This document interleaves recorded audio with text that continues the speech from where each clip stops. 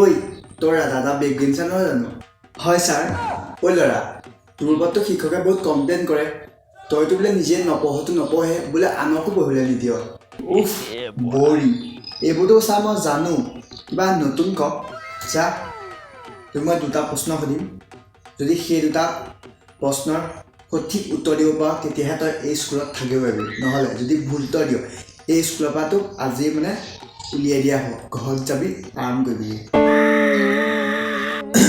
এতিয়া তই ক তোৰ এতিয়া সৈন্য অসমীয়া ছাৰজনে গৰুৰ বিষয়ে ৰচনা কৈছিলে তই লিখিলি নে না ছাৰ মানে মই কালি গৰুজনীৰ ওপৰত যেতিয়া পেইণ্ট দিছিলোঁ ন গৰুজনী এনেকুৱা দৌৰিলে মই লিখিবই নোৱাৰিলোঁ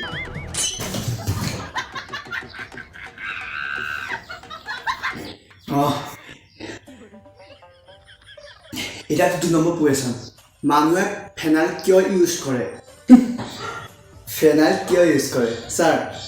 আপুনি মোক যেতিয়া স্কুলৰ পৰা উলিয়াই দিব তেতিয়া মই খাই পেলাই দেখুৱাই দিম ফেনাইল কিয় ইউজ কৰে Entertaining, our patience is waning. Is this entertaining?